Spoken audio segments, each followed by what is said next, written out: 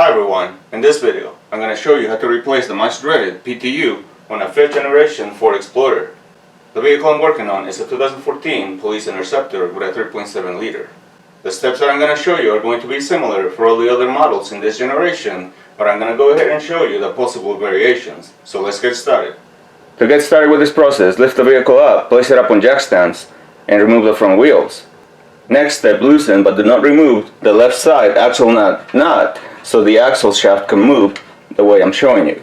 You'll know why in a minute. And on the other side, on the passenger side, go ahead and remove the nut all the way. The next step is to remove the intermediate exhaust pipe that you see. And remember, if the vehicle you're working on is not a police interceptor, it's going to be slightly different. To remove it, you'll need to remove the 4 nuts that attach it to the rear pipe. And next, remove the nuts that fasten it to the exhaust manifolds and remove it from the vehicle. Next step, remove the 4 bolts that fasten the driveline to the yoke of the PTU and then just move it to the side. Now remember, the PTU is not here right now because I removed it, but I'm showing you the steps. That's the point of this video. The next step is to remove the nut that fastens the lower ball joint to the steering knuckle because it needs to be detached just the way you see it. To make this process easier on you, you may have to put a floor jack to put pressure on the ball joint so it doesn't spin when you're trying to loosen the nut, just so you know. Just in case you're wondering why I took this bolt off, is so I could have more space to loosen this nut. You may have to do it as well, but I just wanted to say what was the reason for this bolt being off. Once the nut has been removed, apply pressure with a pry bar on this area so you can push the control arm down and pull on the steering knuckle to separate it. To remove the passenger side front CB axle, you'll need to remove the nuts that fasten it right here, which are attached to these studs right here.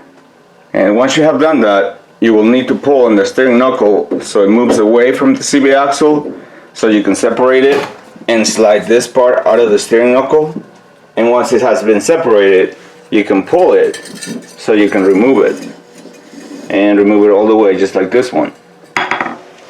For this particular model, it is necessary to remove the complete exhaust manifold and catalytic converter assembly. So to get started, it is necessary to remove the heat shield. So remove this bolt, this one right here. So it's a total of 4. 1, 2, 3, and 4. And remove the heat shield. Forgot to mention, you gotta disconnect the oxygen sensor so it can clear out. And next, disconnect the other oxygen sensor connector. Once the heat shield has been removed, the next step is to remove the nuts that fasten the exhaust manifold to the head. The space underneath is very limited, so to be able to do this and not be causing up a storm, it's better to use a swivel, an extension, and an impact from underneath. That way you can reach them, and then you're not trying to do it with a ratchet and trying to slide your hand in a very tight space, because that's not going to work for you.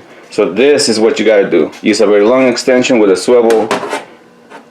That way you can flex and you can remove them with an impact. Once all the nuts have been removed, remove the exhaust manifold and the gasket. The possibility of dirt entering the cylinder head is kind of minimum, but for safety, cover the head with a tape just like I have it here. That way nothing enters the ports. Next step is to remove this torque strut right here and this bracket. So remove both of them. The next step is going to be to remove this bracket right here. I'm going to show you how many bolts are holding it. So you have 2 bolts that fasten it to the PTU right here. And you have 3 bolts that fasten it to the block. So remove them all and remove this bracket. This particular PTU, because it's a police interceptor, has an external cooler. So remove this bolt if yours has it, so you can detach the cooler lines. Place a clean pin underneath before detaching the cooler lines. This bracket right here holds the lines in place, so remove the nut that fastens it so you can move it like this, and it's going to be easier to disconnect the lines. Here's how the lines look like once they're disconnected. Next step, disconnect the breather hose from the top of the PTU, which is right here. and it's this one right here, which I just moved it out of the way for now. So the PTU is held by 5 bolts. 1, 2, 3, 4, 5. Now you want to loosen them up first and leave at least 2 before you try to remove it. So right now you can go ahead and loosen them up. You will need a pan underneath when you detach the PTU because there's going to be fluid leaking out. The next step is going to be to remove the PTU. Now the space is very limited, so in order to be able to get it out of there, you're gonna have to pull the engine this way towards the front. So here's how I have it hooked up. You can do it either way you want. So I have the end of the strap hooked up right here. Goes around the frame like that, and I have it hooked to the frame right there. So pretty simple, right? You pull on the ratchet to move the engine and transmission forward, and then you keep doing that slowly until you notice that it's not going to move anymore, because I'll show you why. The items that will touch will be the alternator and the fan shroud right here, and also the exhaust manifold can touch the shroud. So at some point it's not going to move anymore, but very gently move the engine forward. That way you have enough clearance to slide the PTU out of there. So once you have moved the engine forward with your strap, you're going to have more space right here, and you're going to be able to, once you remove all the bolts, you're going to have to hold your PTU with one hand as you finish removing the bolts so it doesn't fall. And once you start sliding it out, you're going to have to tilt it clockwise so the flange is facing upwards and it comes out. So it comes out, you can see I have mine removed, and that's why I'm doing the video, so you know that it's not going to be as hard as it appeared to replace this PTU. The new PTU that I'm installing is a genuine Ford PTU, and believe it or not, it's pre-filled and it doesn't leak when you move it sideways like this.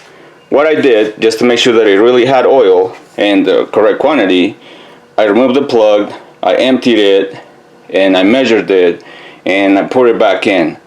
I don't know if you want to go to that extreme in your case. If you're buying a genuine Ford that is telling you that it's pre-filled, it is your call, but the unit is so expensive that I figure I might as well do it to make sure it has the correct amount of oil, slightly over half a quart. And the correct fluid is 75-140 synthetic gear oil.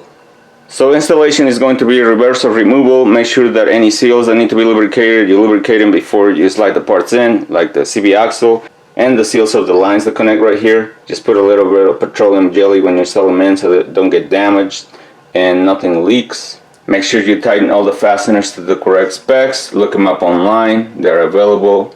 And since you're going to lose some transmission fluid when you detach the PTU, make sure that after you finish this job, you check the fluid level in the transmission and add the necessary fluid to bring the level back to normal.